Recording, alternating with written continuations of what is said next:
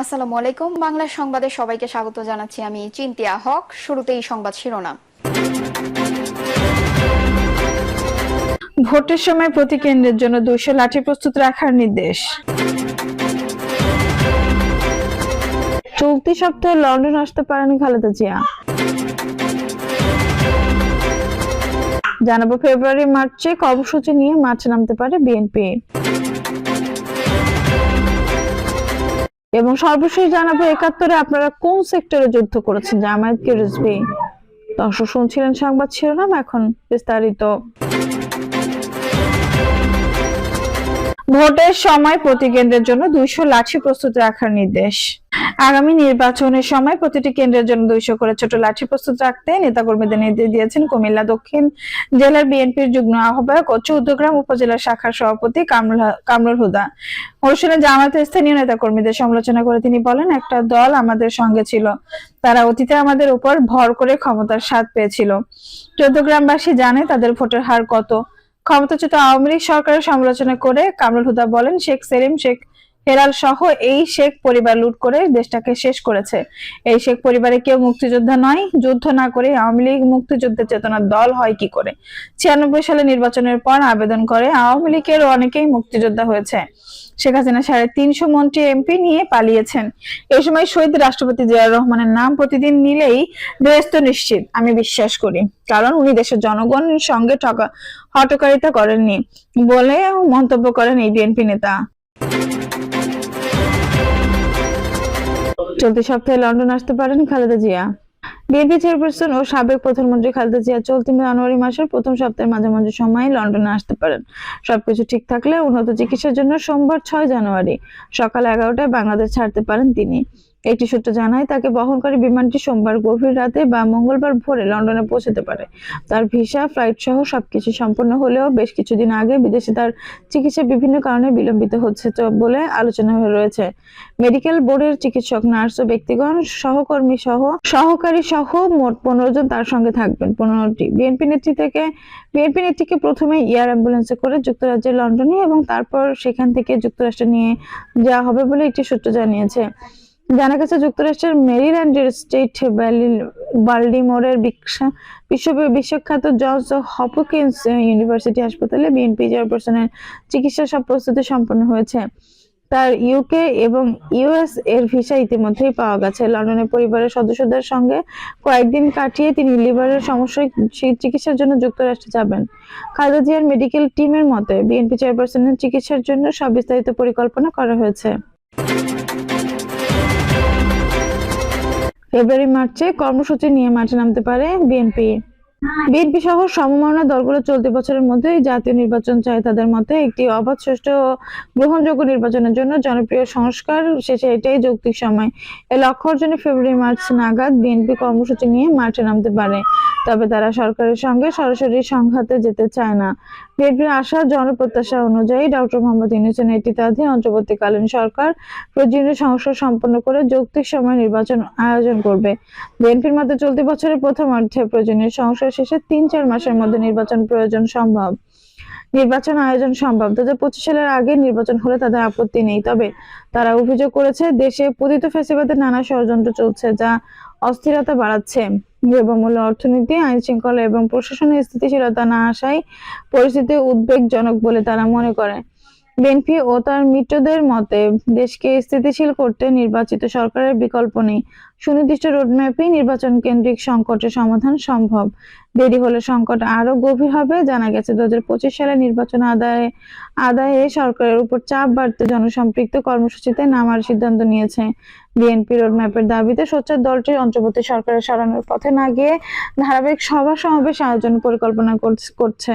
ফেব্রুয়ারি মার্চে দেশজুড়ে বড় সমাবেশের মাধ্যমে নির্বাচনের প্রস্তুতি ও জনমত তুলে ধরার ভাবনা রয়েছে তাদের। এর পাশাপাশি দলটি 31 দফা রূপরেখা, নতুন ব্র্যান্ডিং ও বিভাগীয় প্রশিক্ষণ কর্মশালার পর জেলা ভিত্তিক কর্মশালার আয়োজন করছে, যেখানে ভারপ্রাপ্ত চেয়ারম্যান তারেক রহমান ভার্চুয়ালি যুক্ত হচ্ছেন। এই কর্মসূচি শেষে নির্বাচন ইস্যুতে সরাসরি ফোকাস করবে বিএনপি। বৈষম্য বিরোধী ছাত্র আন্দোলনের নতুন রাজনৈতিক দল গঠনের উদ্যোগে আপত্তি নেই বিএনপির। তারা মনে করে দল গঠন করে জনগণের কাছে যাওয়া স্বাভাবিক, তবে এটি যদি আওয়ামী লীগ দোসরদের পুনর্বাসনের প্ল্যাটফর্ম বা রাষ্ট্রীয় পৃষ্ঠপোষকতায় গড়ে ওঠে, বিএনপি তাতে আপত্তি রয়েছে। ছাত্রদের কর্মকাণ্ড নিয়ে সন্দেহ থাকলেও বিএনপি তাদের সঙ্গে বা সরকারের সঙ্গে কোনো বিরোধ জড়াতে চায় না। বর্তমান সরকারের ব্যর্থতা বিএনপির লক্ষ্য নয়। শত নির্যাতন নিপীড়ন সহ্য করে ছাত্র জনতার গণ অভ্যুত্থানের ফ্যাসিবাদী শেখ হাসিনা সরকারকে বিদায় করতে পারাকে 2024-এর বড় অর্জন হিসেবে দেখেছে বিএনপি। দলটি নেতাদের মতে গণতন্ত্রের পুনঃপ্রতিষ্ঠা, নতুন বছরে জনগণের ভোটের অধিকার প্রতিষ্ঠা করার বড় চ্যালেঞ্জ। ষড়যন্ত্র মোকাবেলা করে দেশের স্বাধীনতা সার্বভৌমত্ব রক্ষা রাজনৈতিক দলগুলোর মধ্যে জাতীয় ঐক্য ধরে রাখতে চায় বিএনপি। তারা ধৈর্য ধরে সংশ্লিষ্ট সবার সঙ্গে সুসম্পর্ক বজায় রেখে দেশকে কাঙ্ক্ষিত নির্বাচনের দিকে নিয়ে যাবে।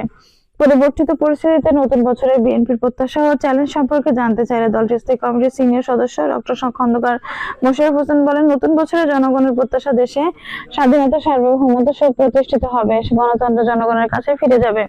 জনগণ তাদের মৌলিক অধিকার ও ভোট দেওয়ার অধিকার ফিরে পাবে। দেশে জনগণের সরকার প্রতিষ্ঠিত হবে এবং বিগত 14 বছর ধরে যে অন্যায়, অত্যাচার, নির্যাতন, দুর্নীতি হয়েছে তার থেকে দেশ মুক্তি পাবে। তিনি আরো বলেন, সামনে অনেক ইস্যু আছে, সেগুলো মোকাবেলা করা অবশ্যই এক ধরনের চ্যালেঞ্জ। দুর্নীতি, ঘুষ, বাণিজ্য, চাঁদাবাজি এবং প্রশাসনের যে পক্ষপাতিত্ব, এগুলো থেকে মুক্ত হওয়া দেশের জন্য অবশ্যই চ্যালেঞ্জের। তারপর এটা থেকে আমাদের মুক্তি পেতে হবে। বিএনপির এই নীতি নির্ধারক বলেন, আমরা 14 বছর অর্থাৎ 2025 সালের মধ্যে নির্বাচন চাই। এটা যৌক্তিক সময় সরকার এবং নির্বাচন কমিশন ইসিএমপি এটা সম্ভব। সূত্র কারবালা। 71-এ আপনারা কোন সেক্টরে যুদ্ধ করেছেন? জামায়াতকে বুঝবে। মহাসচিব অ্যাডভোকেট কবির রিজভী বলেছেন, 1971 সালে মহান মুক্তিযুদ্ধে জামায়াত ইসলামের রাজনৈতিক ভূমিকা কি ছিল? কোন সেক্টরে যুদ্ধ করেছেন তা জাতি জানতে চায়। আপনারা কোন সেক্টরে কমান্ডারের অধীনে যুদ্ধ করেছেন তা জাতি জানতে চায়। দেশের পরীক্ষিত দেশপ্রেমিক শক্তিযুদ্ধে দুটি, একটি সেনাবাহিনী ও একটি জামায়াত। সম্প্রতি জামায়াত ইসলামী আমির ডক্টর শফিকুর রহমানের এমন বক্তব্যের পরিপ্রেক্ষিতে রুহুল কবির রিজভী এই মন্তব্য করেন। একটি রাজনৈতিক দল বলেছে, দেশপ্রেমিক তারা এবং সেনাবাহিনী দেশপ্রেমিক নিঃসন্দেহে তারা তাদের পূর্বসূরীরা এই বাংলাদেশ নির্মাণের জীবন বাজি রেখে যুদ্ধ করেছেন। তার অন্যতম মেজর জিয়া রহমান স্বাধীনতার ঘোষণা দিয়েছিলেন। 24-এর গণঅভ্যুত্থানে সেনাবাহিনী উজ্জ্বল ভূমিকা রেখেছে। আমরা ইসলামপন্থী সেই রাজনৈতিক দলকে বলতে চাই, 71-এ আপনাদের রাজনৈতিক ভূমিকা কি ছিল? কোন সেক্টরে যুদ্ধ করেছেন? কোন সেক্টর কমান্ডাররা যুদ্ধ করেছেন? বাংলাদেশ কেউ দেশপ্রেমিক নেই, শুধু একটি রাজনৈতিক দল দেশপ্রেমিক। এই ধরনের বিভ্রান্তি তৈরি করলে মানুষ হাসবে, মানুষ হাসে, সারা আর কিছু দেবে না। এই জাতির ঘরে একটি জগদ্দল পাথর চেপে বসেছিল। এই পাথর এত ভারী যে গোটা জাতিকে রুদ্ধশ্বাস অবস্থা রেখেছিল। মানুষ নিঃশ্বাস নিতে পারতো না, মানুষ স্বাচ্ছন্দ্যে চলাফেরা করতে পারতো না। রাজনৈতিক দল তার কণ্ঠের স্বাধীনতা ছিল না, মিছিল করতে পারতো না, মিটিং করতে পারতো না, ট্রেনের অনুমতি দেওয়ার পর যুবলীগ ছাত্রলীগ চলিয়ে দেওয়া হতো। পুলিশ রাত বিনা কারণে বিনা ওয়ারেন্টে রাত্রে বাসায় গেলে পরিবারের নারীদের সঙ্গে খারাপ ব্যবহার করতো, যাতে খুঁজতে গিয়ে তাকে না পেলে পরিবারের মেয়েদের পর্যন্ত গ্রেপ্তার করে নিয়ে এসেছে। শেখ হাসিনা নিজের ক্ষমতাকে নিরাপদ করার জন্য, কণ্টক মুক্ত থাকার জন্য যে বাংলাদেশে 30 লাখ মানুষ অকাতরে জীবন দিয়েছে, 2 লাখ নারী নির্যাতিত হয়েছে, এই যে স্বাধীনতা, এই স্বাধীনতার কলঙ্কিত করেছে শেখ হাসিনা। এই সিলেটের কৃতি সন্তান ইলিয়াস আলী আজ নেই কেন? শেখ হাসিনার জন্য, কারণ তিনি দেশের পক্ষে অবস্থান নিয়েছিলেন। তিনি টিপাই মুখবাদ অভিমুখে লং মার্চ করেছিলেন। মানুষ বলে এই জন্য তাকে নিরুদ্দেশ করে দেওয়া হয়েছে। কত যুবদল ছাত্রদলের ছেলে ক্রস ফায়ারের শিকার হয়েছেন, গুমের শিকার হয়েছেন, তার ইয়াত্তা নেই। এই ভয়ঙ্কর মানবতাহীন কাজ করেছেন 15.5 বছর শেখ হাসিনা। তিনি আরো বলেন, 15.5 বছর গণতান্ত্রিক শক্তির আন্দোলনের পটভূমির জুলাই এবং আগস্টের ছাত্র জনতারা নেমে এসেছে। শেখ হাসিনা পালিয়ে যেতে বাধ্য হয়েছেন এবং আমরা খবরের কাগজ দেখতে পাচ্ছি জুলাই আগস্টের হত্যার বিচার 1 বছরের মধ্যে সম্পন্ন হবে। ডক্টর ইউনূসের প্রতি আমাদের সবার শ্রদ্ধা আছে, কিন্তু এই সরকার তো সর্বজনীন গণতান্ত্রিক রাজনৈতিক দলের পক্ষের সরকার। তিনি বলেন, শুধু জুলাই আগস্টে যারা নিহত হয়েছেন, নির্যাতিত হয়েছেন, শুধু সেই সব অপরাধের বিচার হবে, ইলিয়াস আলীর বিচার হবে না, চৌধুরী আলীমের বিচার হবে না। 15.5 বছরে যারা ক্রসফায়ারের শিকার হয়েছেন তাদের বিচার কবে করবে না? যারা ক্রসফায়ার দিয়েছেন, শীতলক্ষ নদীতে 7টি লাশ ভাসিয়ে দিয়েছেন, সেই সব দুর্বৃত্ত র্যাবের অফিসারদের বিচার হবে না। যে অপরাধ করেছে শেখ হাসিনা, যে কষায় ভূমিকা পালন করেছে তার বিচার হবে না।